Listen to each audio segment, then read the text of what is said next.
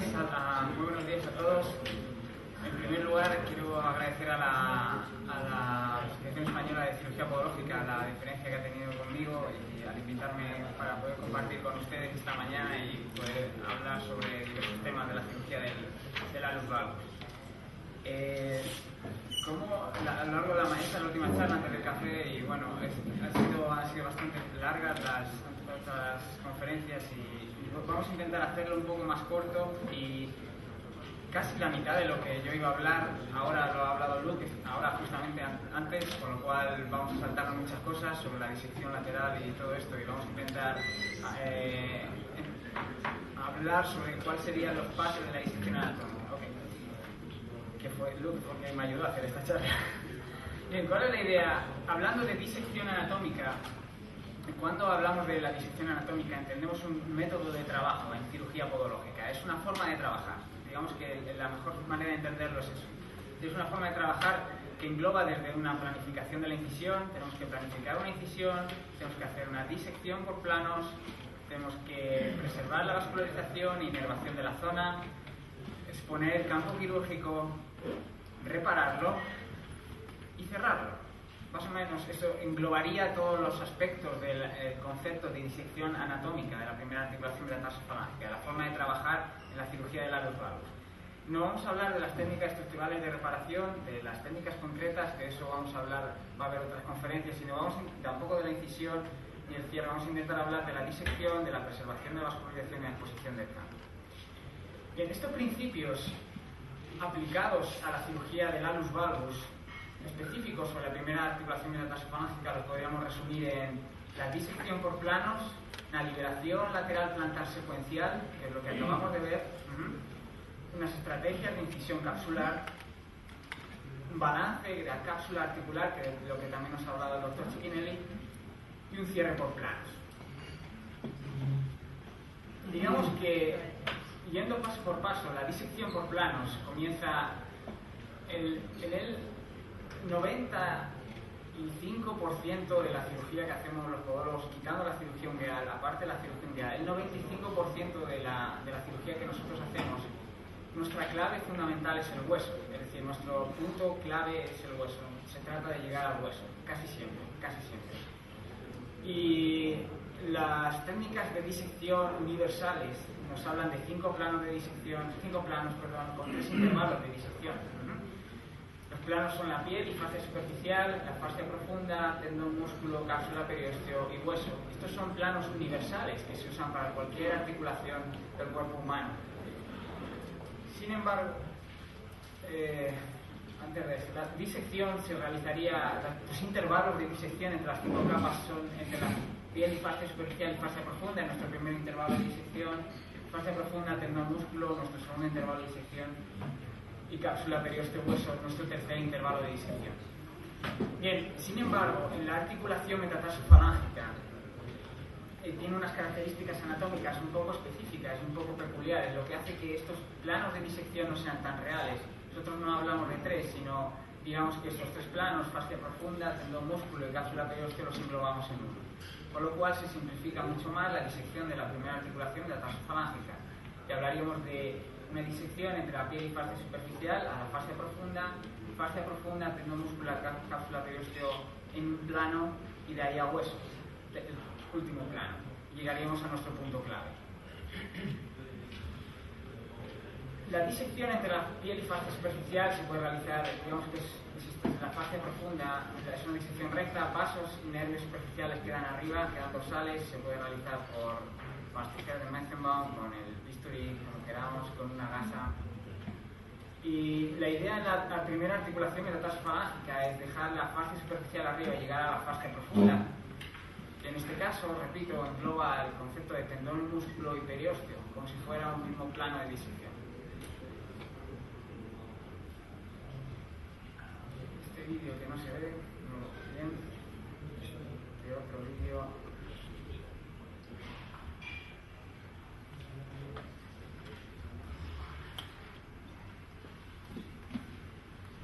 Que tampoco se ve. Bien, intenta demostrar cómo se separa la fascia superficial de la profunda, no tengo importancia. Okay.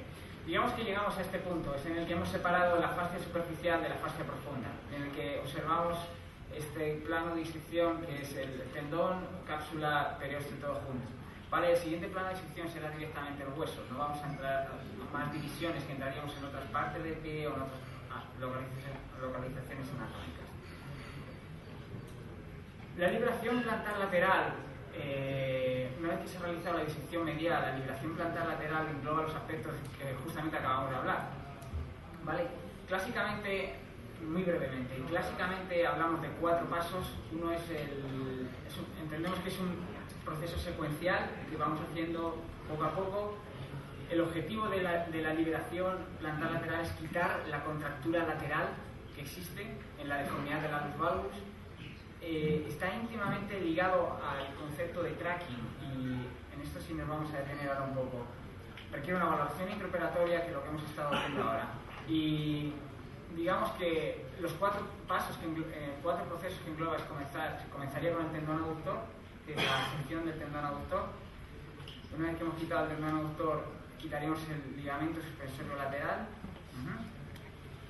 Una vez que se dispone el tendón aductor, podemos ver el ligamento suspensorio lateral desde el epicóndilo metatarsal al sesamoideo fibular.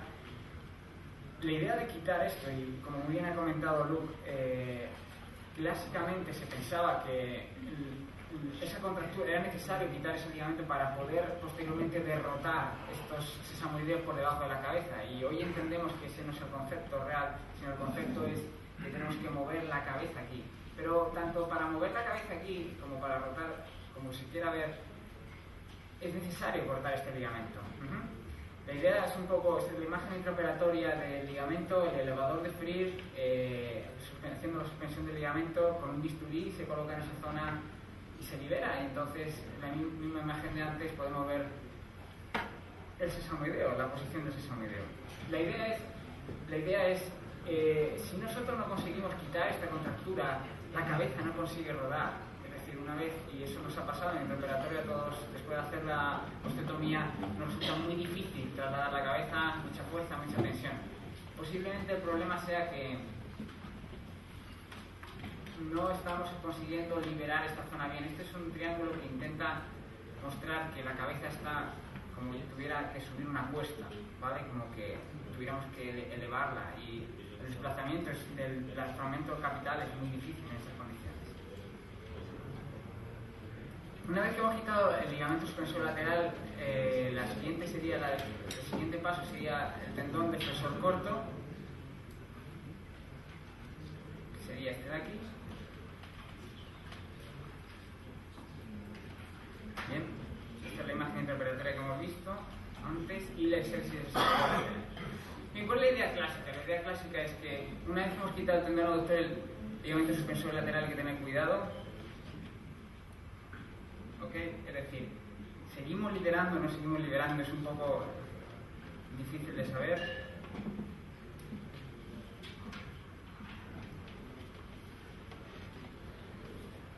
Y la exéresis del sesamoideo lateral igual, lo mismo. Bien, este es el concepto de tracking, el que quería mostrar antes. Cuando nosotros alineamos la deformidad en el aspecto intraoperatorio, Luke nos lo ha enseñado con unas imágenes, cuando alineamos la deformidad y hacemos flexión dorsal, también lo podemos hacer en el preoperatorio, antes de operar al paciente, etc. El paciente en la deformidad del valgo tiene tendencia a una movilización lateral, ¿vale? Los últimos grados de flexión dorsal. Según la deformidad se va haciendo mayor, es decir, según la deformidad del alus valgus va aumentando, esa deformidad lateral tiende a aumentar, esa deformidad lateral tiende a aumentar más y más y más y más, hasta que llega un momento en el que no es posible realizar esa corrección. Clásicamente, en el libro de Joshua Gerber, el Term of Union Surgery, a este proceso se le ha llamado tracking. Es decir, el proceso en el que tú alineas el dedo, haces flexión dorsal y tiene tendencia a desviarse, ¿vale? Y es un proceso secuencial, según la deformidad va aumentando. Es indicativo tanto en el preoperatorio como en el intraoperatorio, esta maniobra nos es indicativa de la cantidad de contractura lateral que existe en la deformidad. Si nos encontramos en este estadio, probablemente la contractura lateral solo se produce en los últimos fases, en el último grado de la flexión dorsal, lo cual indica que no es una no es una contractura muy grande. Aquí hay pacientes con unos valvos más severos en el que inmediatamente todo se presiona el dedo y ya se desvía lateralmente. Eso nos indica que la contractura lateral es muy grande. Quiero citar textual lo que dice en el libro. Lo que dice el libro textualmente es: en algunos libros, incluyendo la primera edición de este texto, el texto de Gerber, encontraron que cuando había tracking o track bound, cuando encontramos esas posiciones que hemos visto antes, se interpretaba como que la articulación estaba estructuralmente desviada. Con las superficies o las carillas articulares adaptadas en una posición de abducción. Sin embargo, los estudios intraoperatorios y perioperatorios que se realizaron en el California College of Pediatric Medicine han revelado que los estados de tracking o track bound, lo que hemos visto, de la posición de tracking o de track bound, dependen sobre todo de la contractura lateral que tiene la deformidad. De tal manera que una liberación de la contractura lateral reduce el grado de desviación de forma significativa y en muchos casos hace que la articulación se quede en un estado de no desviación. ¿Vale? En algunos casos, es lo que ha comentado Lorena, no obstante, en algunos casos en los que todavía existe tracking después de hacer la liberación lateral, hay que pensar que entonces quizá el PASA esté alterado. ¿Y esa es la idea? La idea de la liberación lateral. Bien, aparte de esto, lo que sí me quiero entender es que la liberación lateral es imprescindible para corregir la osteotomía, que disminuye el riesgo de recidiva, ¿vale?, de la deformidad de alus valgus y que aumenta el riesgo de alus valgus. Es decir, cuanto más liberemos en la zona lateral, más riesgo hay de que el paciente pueda desarrollar un alus valgus. Este era mi imagen antes.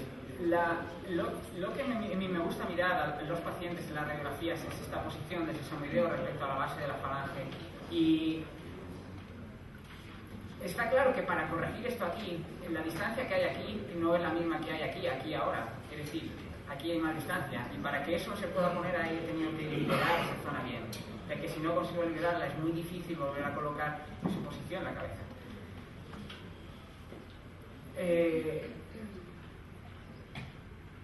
Lo más difícil de la disección lateral es cuánto, es decir, cuánto disección lateral necesitamos. Es un poco lo que Luke nos ha estado contando. Mi opinión, el flexor corto es importante liberarlo en estos casos.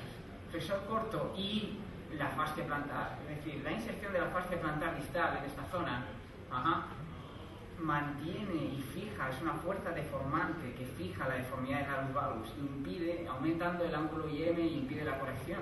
Y realmente, si queremos recolocar la cabeza aquí, tienes dos opciones: o acortar muchísimo el metatarsiano, colocarlo aquí acortando, o liberar, o las dos, un poco de cada.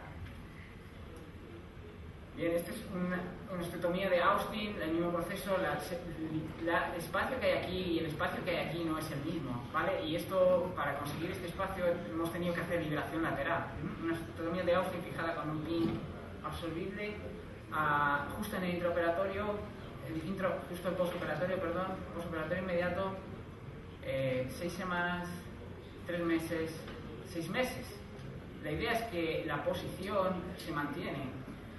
Mi experiencia es cuando no se realiza liberación lateral y esta posición, esta contractura no se consigue liberar, las fuerzas deformantes pueden hacer que recidive, y de la posición a los 6 meses postoperatorio con un pin absorbible conseguimos conseguimos eliminar fuerzas deformantes de la deformidad, con lo cual aseguramos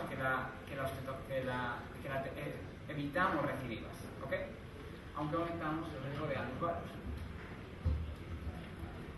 Bien, estrategia de incisión capsular, ¿cuáles serían? La idea es la siguiente: la incisión capsular mínima, lo mejor es cuanto menos incisión capsular o menos restricción mínimo, mejor, ¿vale? Sobre todo por el riesgo de necrosis de la cabeza.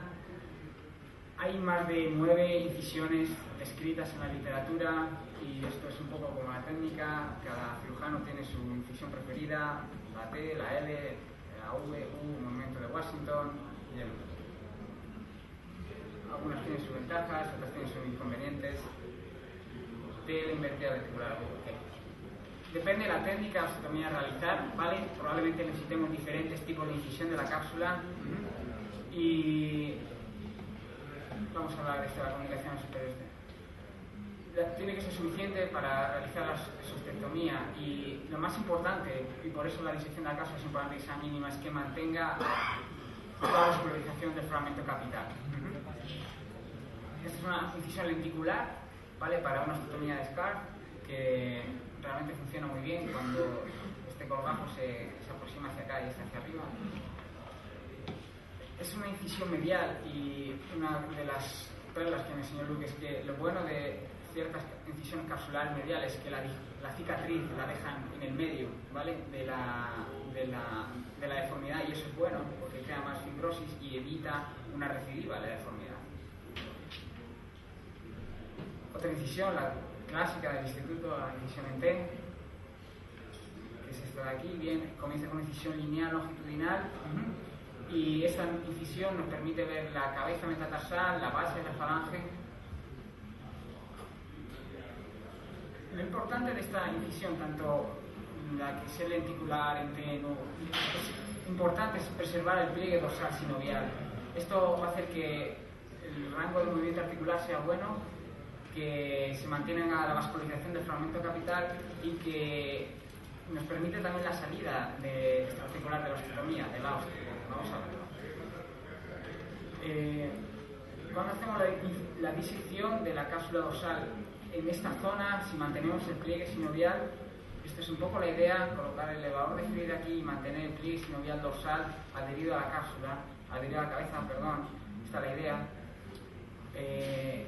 Nos ayuda a mantener vascularización sobre la cabeza metatarsal. Pues si hacemos la T, el brazo largo de la T en esta posición, las estructuras identificadas en el bolsillo del residente, identificamos en torno a la cabeza metatarsal, mantenemos la inserción dorsal y plantar. Y esta es la imagen del elevador de Fried entrando en lo que es el bolsillo del residente, el epicóndilo y el ligamento y la cápsula, ¿vale? El ligamento es intracapsular, cápsula, ligamento, bolsillo del estudiante. Es el cóndilo plantar medial. Una vez que hemos identificado este agujero, es muy fácil hacer la disección del bunion, ya que colocando el bisturí hacia arriba, bien la hoja del bisturí hacia arriba, podemos sacar muy fácil la cápsula sobre la prominencia ósea. Y una vez que lo tenemos expuesto, podemos, si mantenemos el pliegue dorsal sinovial y el pliegue plantar, aseguramos una buena vascularización de la cabeza cuando realizamos la osteotomía. Es un poco la idea, y a la vez creamos un anillo que es un poquito más posterior, este anillo de aquí y este anillo de aquí, donde pueden salir los brazos de la osteotomía, si lo que vamos a hacer es un Austin o un chevron. Digamos que este sería el anillo que creamos, que hemos disecado y por el que pueden salir los brazos de la osteotomía, manteniendo esta y esta opciones aquí.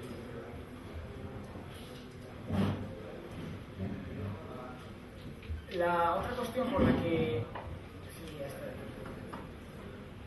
Bien, la otra ventaja de mantener el pliegue dorsal sinovial, y si se puede mantener, es el hecho de que desperiostizar la zona dorsal y hacer esostectomías dorsales en esta zona, deja una zona de hueso sangrante que posteriormente vamos a pegar la cápsula encima y puede crear más fibrosis, y puede hacer que el rango de movimiento articular quede un poquito disminuido después de la cirugía.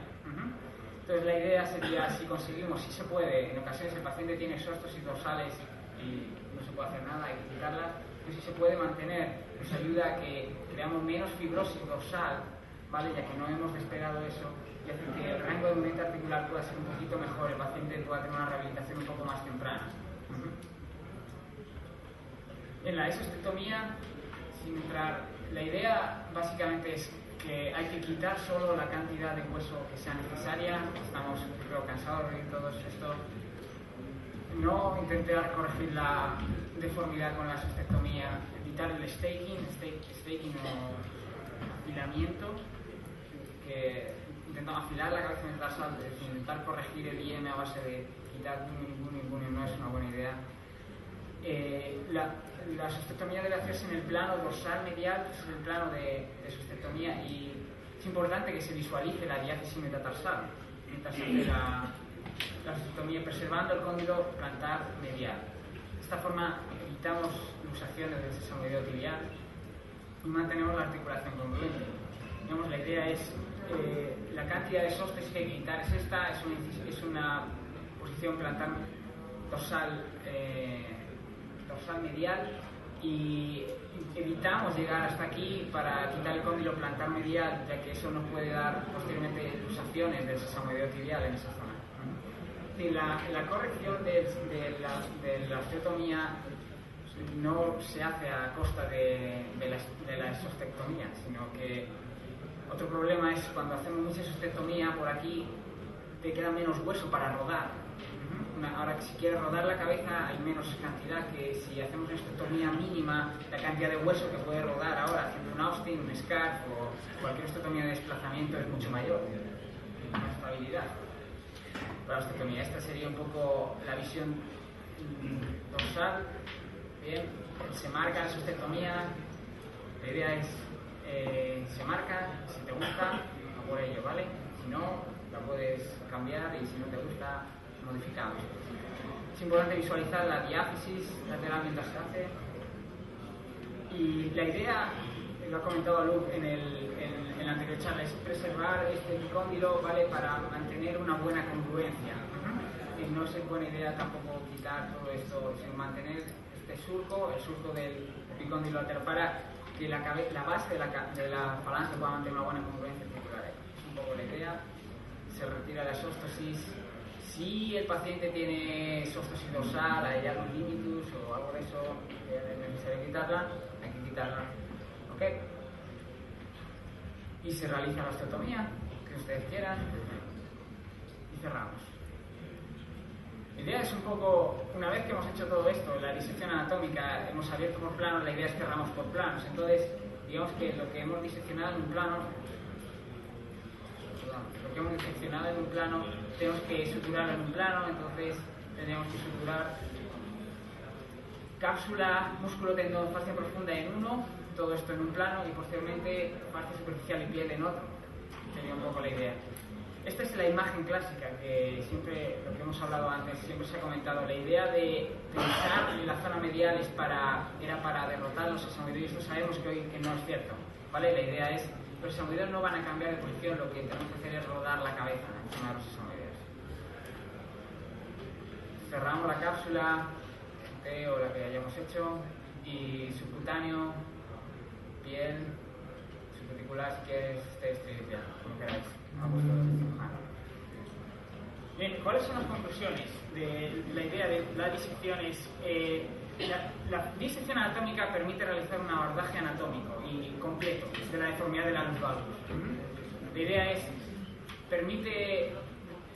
mantiene la vascularización, la inervación del primer dedo, y permite una completa exposición del campo quirúrgico, de tal manera que podemos hacer una corrección completa de la deformidad. Permite realización de amplia variedad de técnicas estructurales, amplia variedad de osteotomías. Siguiendo estos principios, ustedes pueden realizar muchas osteotomías de diverso tipo, etc. John Rock, el padre de la disección anatómica en la cirugía podológica, dice: el término disección anatómica es aceptado como una filosofía quirúrgica en cirugía podológica, es decir, es una manera de trabajar. Lo que hemos estado viendo, la disección y la dirección lateral, la disección con planos, es una forma de trabajar en cirugía podológica. Engloba todos los aspectos de la técnica, desde la incisión hasta el cierre. Isaac Newton, probablemente el mayor científico de la historia de la humanidad, dijo: si yo he podido ver muy alto es porque he estado en los hombros de gigantes. ¿Okay? Mis gigantes, Abel Carmona y Chiquinelli. Muchas gracias.